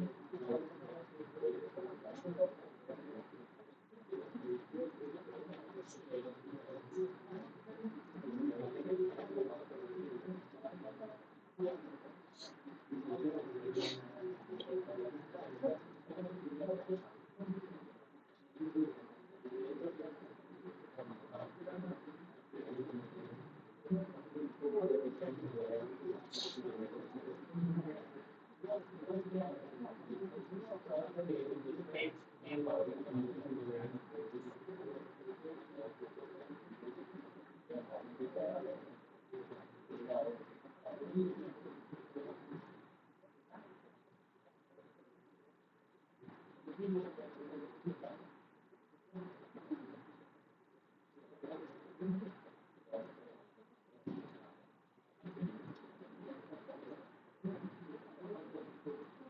देखो मैं क्या किया हूं यहाँ पे कोड में, ये एक div लिया, ठीक है, उसके बाजू में दूसरा div लिया। तो ये मैं div जब क्रिएट करूंगा तो ये क्या करता है, ये पूरे पेज की विड्थ ऑटोमेटिक ले लेता है। कैसे पता चला? अगर मैं इसको यहाँ पे ओवर करूं जाके, तो देखो कितना कितना सेक्शन तक जा रहा है, पूरा पूरे सेक्शन पे। नेक्स्ट div वाला के लिखा हुआ है इसके बाजू में ही, लेकिन वो आ रहा है नेक्स्ट लाइन में, क्योंकि उसने पूरी स्क्रीन की विड्थ ले लिया। नेक्स्ट डीप में भी यही हुआ, लेकिन वही स्पैन में अगर मैं देखूं, ये भी लिखा हुआ है सेम, लेकिन ये मैं स्पैन को अगर देखता हूं, इसको क्लिक करके दिख रहा है स्पैन कितना लिया है, जितना उसका टेक्स्ट है ना उतनी ही विड्थ वो लेगा। नेक्स्ट स्पैन जो है उसके आगे आगे, अभी और भी स्पैन में डाल सकता था। क्यों क्यों ऐसा हो रहा है? ये स्पैन जो है पूरी, मतलब जो डीव है उसको हम लोग बोलते हैं block level element. Block level element मतलब वो पूरी स्क्रीन की विड्थ ले लेगा। और एक तुम्हारा होता है इनलाइन एलिमेंट। इनलाइन एलिमेंट मतलब जहां तक कंटेंट है वहीं तक वो लाइन लेगा, दूसरा एलिमेंट उसके आगे आएगा, अगर वो लाइन में एडजस्ट होता रहेगा तो वो वही लाइन में डाल देगा, जैसा कि टेस्ट 2 और टेस्ट 3 के साथ हो रहा है। लेकिन टेस्ट 1 और टेस्ट ट्रिपल वन में क्या हो रहा है, भले से आगे वीक है लेकिन वो स्पैन पूरा ले लेता है। देखो फर्क समझ में आ रहा है? इसमें देखो क्या फर्क है, समझ में आया ये क्या बोला मैं? तो ये अपना HTML का डिफॉल्ट बिहेवियर है। तो जब तुम 12 कॉलम में डिवाइड करोगे, जब तुम 12 कॉलम में डिवाइड करोगे, अब उसके अंदर डिव लोगे, लाइक तुमने लिया 6 कॉलम, मतलब 2 सेक्शन डिवाइड कर दिया, अब उसमें डिव लिया, तो वो डिव पूरी विड्थ में नहीं जाएगा, वो खाली 6 कॉलम पे जाएगा। अभी समझिए मैं क्या समझाने का ट्राई कर रहा था? समझ में आया? किसको किसको समझा? ये एकदम बेसिक यूआई की चीज है, मतलब ऐसा कोई बहुत मुश्किल नहीं है, ऐसा होता है डिजाइन करो तो। क्या? अच्छा।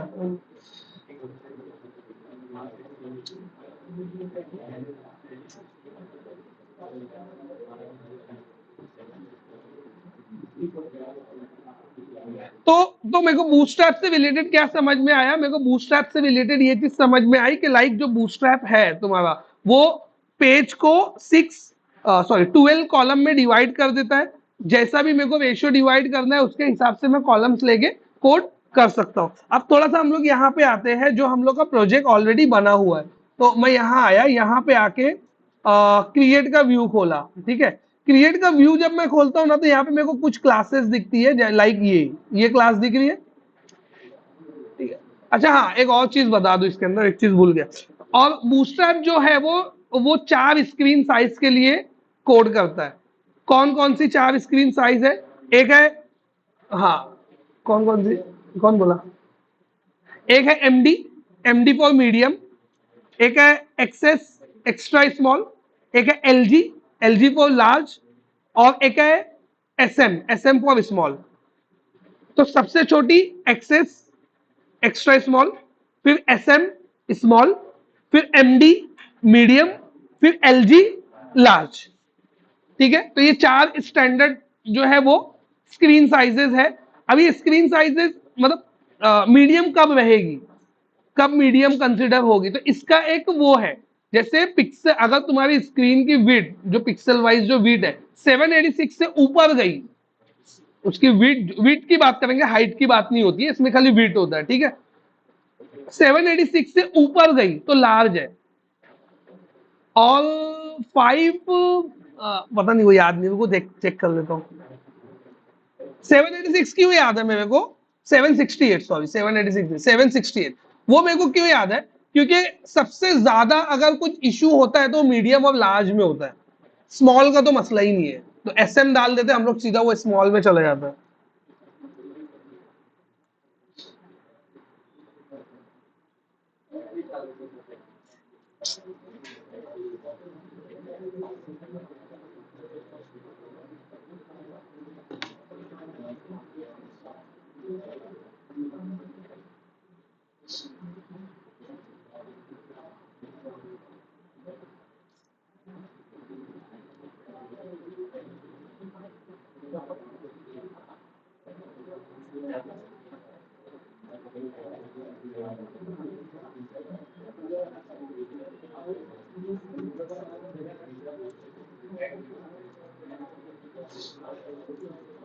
ये देखो डायरेक्ट ही आ गया, गूगल एक अलग ही है।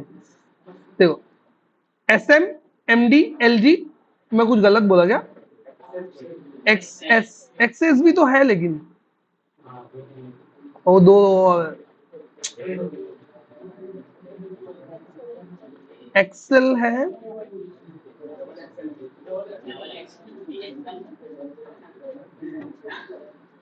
SM ये क्या है? एक्सेस है ना, लेकिन यहाँ पे नन लिखा है उसके लिए। एक्सेस मैंने खुद यूज किया है, इसके लिए मैं सोच रहा हूँ क्यों ऐसा आ रहा है। ठीक है, तो ये आई थिंक कुछ चेंज हुआ रहेगा वर्जन के। एक मिनट एक मिनट एक मिनट एक मिनट,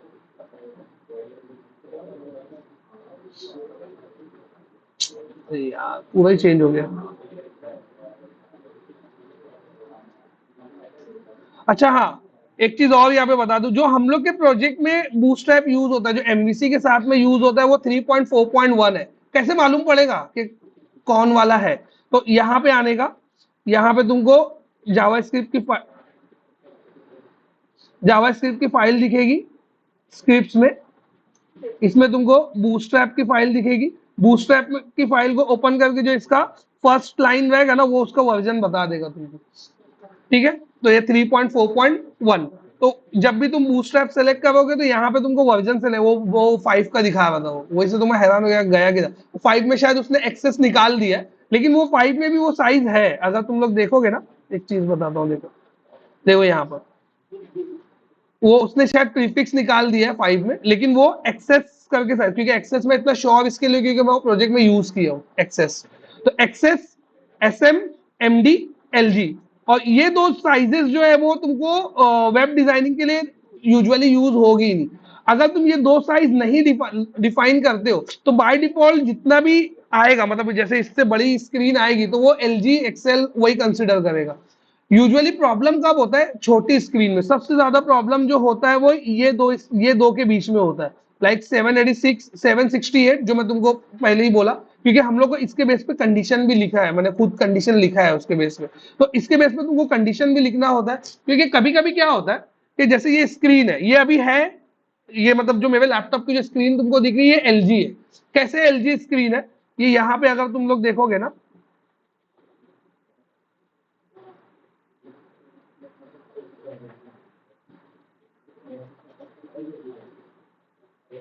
इसमें कहाँ आता है वो मैं भूल गया हूँ। हाँ ये देखो, ये इधर में। ठीक है, तो ये LG मतलब उससे ग्रेटर वैल्यू जितनी गई, अभी यहाँ पे वैल्यू देखो इसकी कितनी दिखा रहा है इधर पे। तो अगर मैं उसके हिसाब से देखूं तो ये तो डबल एक्सल से भी बड़ा है ना? ठीक है, तो उसके ऊपर जितनी साइज रहती है ना, वो सब LG के अंदर आती है। मतलब तुम इससे ग्रेटर जो भी साइज 900 से ऊपर जो भी साइज लोगे, लाइक 1000 के आसपास में ऊपर जितनी साइज, सब LG में काउंट होगी। तो उसमें कोई इश्यू नहीं है। इश्यू कब आता है? जैसे फॉर एग्जाम्पल अभी ये है, ठीक है, मैं गलती से ये हो गया है बड़ा, ये ऐसा 175% एक्स्ट्रा बड़ा हो गया है, तो तुम्हारी वेबसाइट है ना पूरी इधर उधर हो जाती है। अब ये जो 175% में एक्स्ट्रा लिया ना, तो ये कितना हो गया? अभी मेरा है कुछ इतना, बराबर।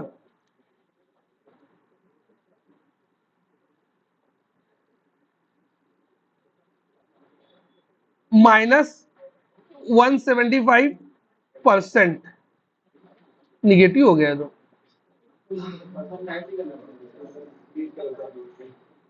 तो निगेटिव हो गया ना, सही तो बोला मैं। ओके, अब इसमें करता हूँ यार, मोबाइल में कितना था? 1920।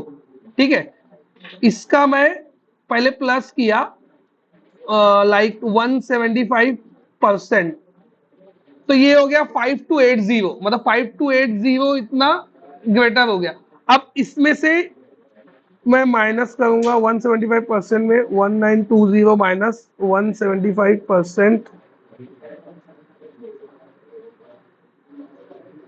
प्लस 1920, तो स्क्रीन साइज आएगी 600। तो मतलब ये जो स्क्रीन साइज तुमको दिख रही है, ये स्क्रीन साइज दिख रही है, ये होगी 600, लेकिन एक्चुअल में तो ये LG में है। लेकिन ब्राउजर ने उसको कर दिया 600। अब वो 600 किया तो वो कहाँ चली गई, 600 करने की वजह से वो गई, बाबा कहाँ गया, 600 करने की वजह से वो किस में आ गई, इसमें आ गई ना, नहीं एमडी में आ गई। तो वही सबसे ज्यादा प्रॉब्लम ना यही यही दो के अंदर होता है, यूजुअली लोग को पता भी नहीं होता है कि, तो हम लोग क्या करते हैं उसके बेसिस पे कंडीशन लिखते हैं कि एमडी अगर रहेगा, इतनी स्क्रीन साइज रहेगी, तब भी मेरे को ये दिखाना है, ये ऐड करना है, तो ये तुमको रखना पड़ता है। तो कैसे पता चलेगा कि ये साइजेस वही है, खाली चेंज क्या हुआ, ये यहाँ पे एक्सेस निकाल दिया बस, बाकी ज्यादा कुछ फर्क नहीं है।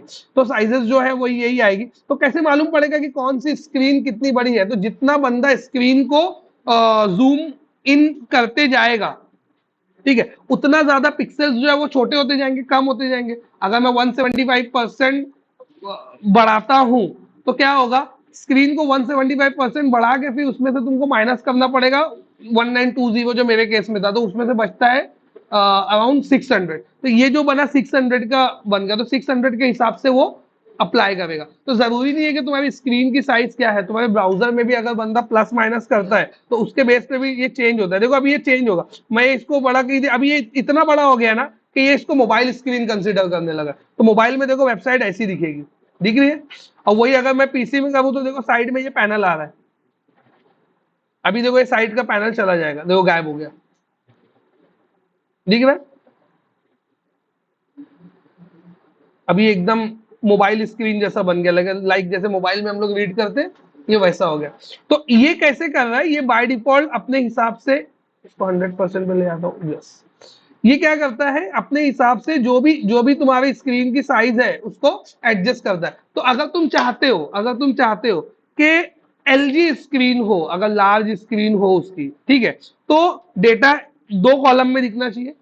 और अगर उसकी एमडी स्क्रीन या उससे छोटी स्क्रीन हो जाए तो डेटा सिंगल कॉलम में दिखना चाहिए। जैसे फॉर एग्जांपल 2 बटन ऐसे दिख रही है, तो जैसे स्क्रीन छोटी करे तो 2 बटन ऐसे हो जाए। मेरी बात समझिए अभी मैं क्या बोला, किसको किसको समझा। जूम करेगा तो 2 बटन जो ऐसे दिख रही है और 2 बटन ये, हाँ, ऊपर नीचे दिखने लगना चाहिए। तो मेरे को एलजी के लिए दोनों बटन, एलजी के लिए मेरे को क्या करना पड़ेगा, 6 6 का 2 कॉलम लेना पड़ेगा। और एमडी के लिए मेरे को क्या करना पड़ेगा, 2 डिप 12 12 का लेना पड़ेगा। आधे लोग को तो समझे ही नहीं क्या बोला मैं। 2 बटन तुमको दिख रही है एलजी में बाजू बाजू में, ठीक है, दोनों बटन बाजू बाजू में दिख रही है। अब अगर बंदा अगर यही वेबसाइट को मोबाइल पे ओपन करता है, स्क्रीन छोटी करता है बोलता ही नहीं हूँ, मोबाइल में ओपन करता है, मोबाइल में ओपन करता है, तो मैं मोबाइल पे ओपन करेगा मतलब स्मॉल स्क्रीन हो गई, स्मॉल स्क्रीन में वेबसाइट, वो बटन जो है ऊपर नीचे दिखना चाहिए। तो अगर बटन मेरे को बाजू बाजू में दिखाना है तो कॉलम कितना लेना पड़ेगा, 6 6 का 2, ठीक है। लेकिन अगर मेरे को ऊपर नीचे दिखाना है तो 12 12 का 2 रो लेना पड़ेगा। मतलब कॉलम तो पूरा 12 का ही रहेगा ना, 12 12 की 2 रो आएगी, कॉलम की जगह मैं रो कर दूंगा उसको। समझ में आ रहा है क्या बोलूं। हाँ, तो इसके लिए तुमको 2 HTML लिखना पड़ेगा, एलजी के लिए अलग, एमडी के लिए अलग। तो 2 अलग अलग लिखोगे तो ऑटोमेटिक वो स्क्रीन के हिसाब से कौन सा HTML दिखाना है वो डिसाइड करेगा। अभी समझ में आया क्या बोल रहा हूं मैं। तो ये पूरा काम जो है बूटस्ट्रैप से होता है। यही सब पूछ रहा था क्या इंटरव्यू में तुमसे, बूटस्ट्रैप पे कुछ क्वेश्चन तो बताओ तो मैं उसका आंसर बताऊं। वो तो बूटस्ट्रैप में आता ही नहीं है भाई, बूटस्ट्रैप में तो डिजाइन आता है। बूटस्ट्रैप से कोई रिलेटेड क्वेश्चन जो तुमको याद हो, जो प्रॉपर बूटस्ट्रैप में ही पूछा हो उसने। ओके, वो तो सीएसएस हो गया, बूटस्ट्रैप नहीं है वो तो, ये तो नॉर्मल सीएसएस हो गया एकदम वो। उसमें बूटस्ट्रैप में तुमसे रेस्पॉन्सिव का क्वेश्चन होगा, लाइक तुमको बोलेगा ये 2 बटन है, अगर स्क्रीन बड़ी हो तो ये 2 बटन ऐसे दिखना चाहिए, स्क्रीन छोटी हो तो ये 2 बटन ऐसे दिखना चाहिए, तो उसके लिए HTML क्या लिखोगे, लिख के बताओ। ये क्वेश्चन एकदम जेन्युइन क्वेश्चन बूटस्ट्रैप में, इसका आंसर दे दिया, उसके आगे बूटस्ट्रैप में कुछ नहीं पूछते हैं।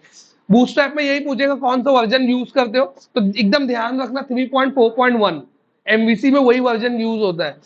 करंट वर्जन बूटस्ट्रैप 5 बूटस्ट्रैप 6 भी आने वाला है बीटा में, तो बूटस्ट्रैप 4 5 6 के पीछे नहीं भागना है। हम लोग को जो बूटस्ट्रैप 3.4.1 जो एमवीसी के साथ में यूज होता है वो बूटस्ट्रैप हम लोग के प्रोजेक्ट में है। बोलेंगे इतना ओल्ड क्यों है, जो प्रोजेक्ट में है वही है। तुम थोड़ी अपने मन से, तुम आर्किटेक्ट थोड़ी हो कि अपने मन से कोई अलग से लोगे, है ना। ये हो गया। आगे बूटस्ट्रैप पे क्या पूछेगा कि तुम पेज को रेस्पॉन्सिव कैसे बनाओगे, लाइक वही 2 बटन वाला क्वेश्चन जो है वो पूछेगा, और बूटस्ट्रैप में कोई क्वेश्चन नहीं है। एक क्वेश्चन और है, हाँ याद आ गया, एक क्वेश्चन और है कि how can you integrate bootstrap और jQuery इनसाइड MVC। तो इसका आंसर मैं करूंगा तुमको मिनिफिकेशन एंड बंडलिंग के साथ में। मिनिफिकेशन एंड बंडलिंग एक कंसेप्ट है, ठीक है, मेरे ख्याल से बहुत सारे लोगों इंटरव्यू में आया भी रहेगा, किसी को पूछा है इंटरव्यू में मिनिफिकेशन बंडलिंग, बहुत कॉमन क्वेश्चन है, बहुत लोग को पूछा रहेगा। तो मिनिफिकेशन बंडलिंग के साथ में उस टाइम पे मैं बताऊंगा कि इंटीग्रेशन कैसे करते हैं बूटस्ट्रैप पे। ये तो अभी इंटीग्रेट होके मिला, अभी जो रेडी है वो हम लोग यूज करेंगे, ठीक है। तो फटाक से वो बूटस्ट्रैप की बटन बनाता हूं मैं। देखो, तो तुमको क्या करना है, getbootstrap.com पे जाना है, वो बटन बनाने के लिए getbootstrap.com पे जाओगे, यहाँ पे जाके तुमको वर्जन सेलेक्ट करना है 3.4.1। ये वर्जन तुमको कहाँ मिलेगा, तुमको बूटस्ट्रैप की फाइल में टॉप लाइन पे वर्जन दिख जाएगा, जो वर्जन रहेगा वही वर्जन तुमको लेना है। उसके बाद तुमको क्या करना है, यहाँ पे आना है, कंपोनेंट पे क्लिक करना है, कंपोनेंट पे क्लिक करके यहाँ पे ड्रॉप डाउन है, ड्रॉप डाउन पे क्लिक करना है, और ये जो ड्रॉप डाउन का कोड है ना, ऐसा इधर पे कॉपी बटन भी दिए, देखो सेलेक्ट करके कॉपी भी करने की जरूरत नहीं है, कॉपी बटन कॉपी, और यहाँ पे आके जो मेरा इंडेक्स का व्यू है, यहाँ पे आया मैं, मेरा इंडेक्स इंडेक्स इंडेक्स इंडेक्स, और जहां पे ये एक्शन लिंक बना हुआ है, ये एक्शन लिंक क्या है, एडिट डिटेल डिलीट, ये एक्चुअल में ये है, ये दिख रहा है तुमको, एडिट डिटेल्स डिलीट, तो वो यहां से इधर से बना हुआ है, यहां पे लाके मैं पेस्ट कर दिया, कुछ चेंज नहीं किया, कॉपी पेस्ट, सेव किया। सेव करने के बाद ये पेज को रिफ्रेश करके चेक करते हैं हम लोग।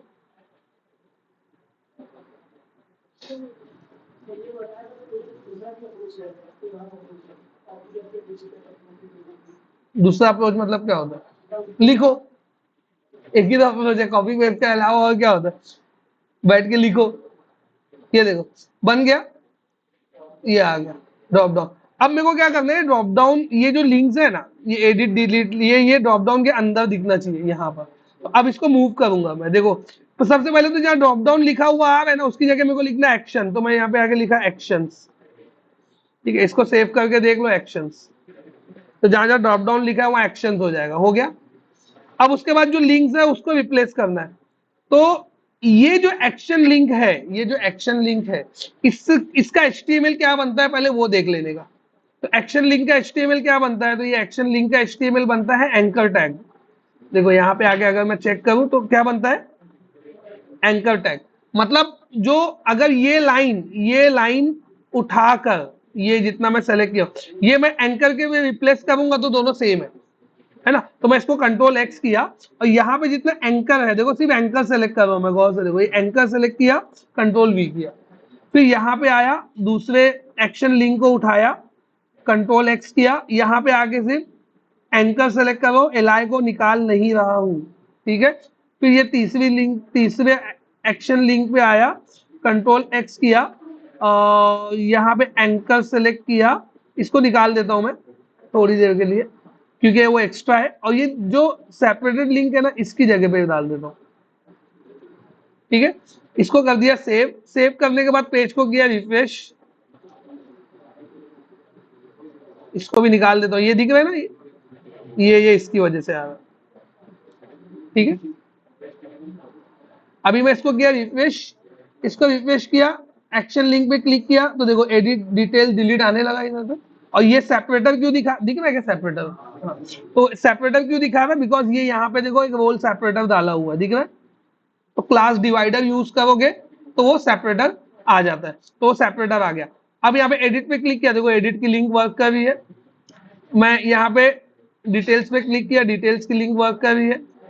अब मैं चाहता हूँ ये बटन और ये दोनों सेम कलर में हो जाना चाहिए, तो दोनों को मैं ब्लू कलर में कर देता हूँ। तो दोनों को ब्लू कलर में करने के लिए क्या करना पड़ेगा, यहाँ पे देखो BTN डिफॉल्ट है, तो बूटस्ट्रैप के कुछ कलर्स है, अगर तुम प्राइमरी लिखते हो तो ब्लू कलर आता है, तुम सक्सेस लिखते हो तो ग्रीन कलर आता है, डेंजर लिखते हो तो रेड कलर आता है, वार्निंग लिखते हो तो एम्बर कलर आता है, समझ में, और डिफॉल्ट लिखते हो तो ये सिल्वर कलर जो बोल सकते हो, जो ऐसा ये जो दिख रहा है अभी, ठीक है, ये कलर आता है। तो ये कलर्स कहाँ मिलेंगे मेरे को, ये कलर्स के नाम मेरे को यहाँ मिलेगा, लाइक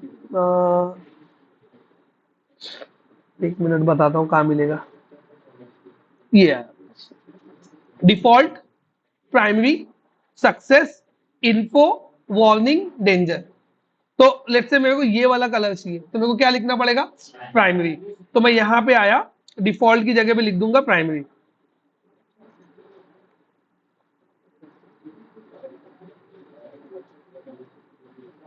हो गया, ठीक है।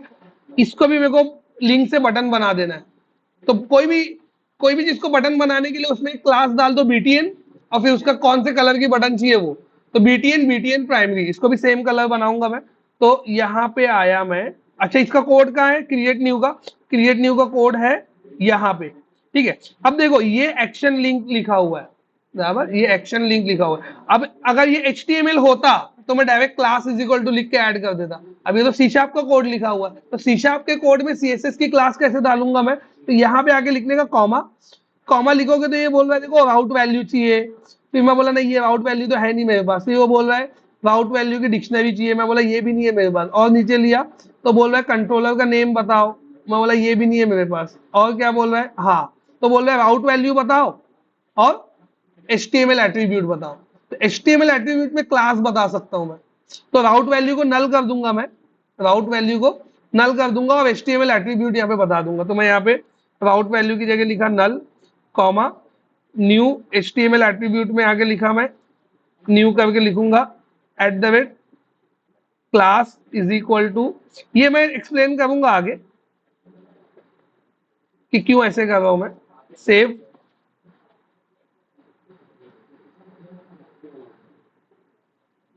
तो ये बन गई बटन। तो अभी इससे रिलेटेड राउट वैल्यू और ये सब बताना है मेरे को, तो वो आगे के लेक्चर्स में लूंगा मैं। तो ये बन गई बटन। अब ये बन गया मेरा पेज। तो ये हो गया इसकी फिनिशिंग, लाइक मेरे को जहाँ एम्प्लॉय नेम चाहिए था एम्प्लॉय नेम, जहाँ पे डिपार्टमेंट नेम चाहिए था वहां पे डिपार्टमेंट नेम, बटन मेरे को जैसी चाहिए थी वो, एडिट डिटेल डिलीट हो रहा है। अब जो बचा हुआ है ये मैनेजर आईडी वाला, मैनेजर आईडी वाला पढ़ाने से पहले मेरे को लिंक क्यू पढ़ाना पड़ेगा। Link Q, lambda expression, delegate, ये 4-5 टॉपिक है, तो वो आगे के लेक्चर्स में मैं कवर करता हूँ। ठीक है, यहां तक किसी को कोई डाउट है? तो काफी कुछ चेंज कर दिया मैं, मतलब प्रैक्टिकल सिनेरियो, प्रैक्टिकल वाइज बहुत सारी चीज चेंज हो गई अपने प्रोजेक्ट। एक छोटा सा प्रोजेक्ट लिया, 2 टेबल लिया, उसके अंदर ही अपना सेल्फ ज्वाइन होगा। अभी इसी के अंदर हम लोग आगे जितने भी कंसेप्ट है वो ऐड करते जाएंगे। फिर जो रिमेनिंग कंसेप्ट रहेगा, जो अपना प्रोजेक्ट हम लोग लेने वाले, उसके अंदर हम लोग फटाफट एक एक कंसेप्ट को क्लियर करते जाएंगे। क्लियर है यहाँ तक? ठीक है, छुट्टी।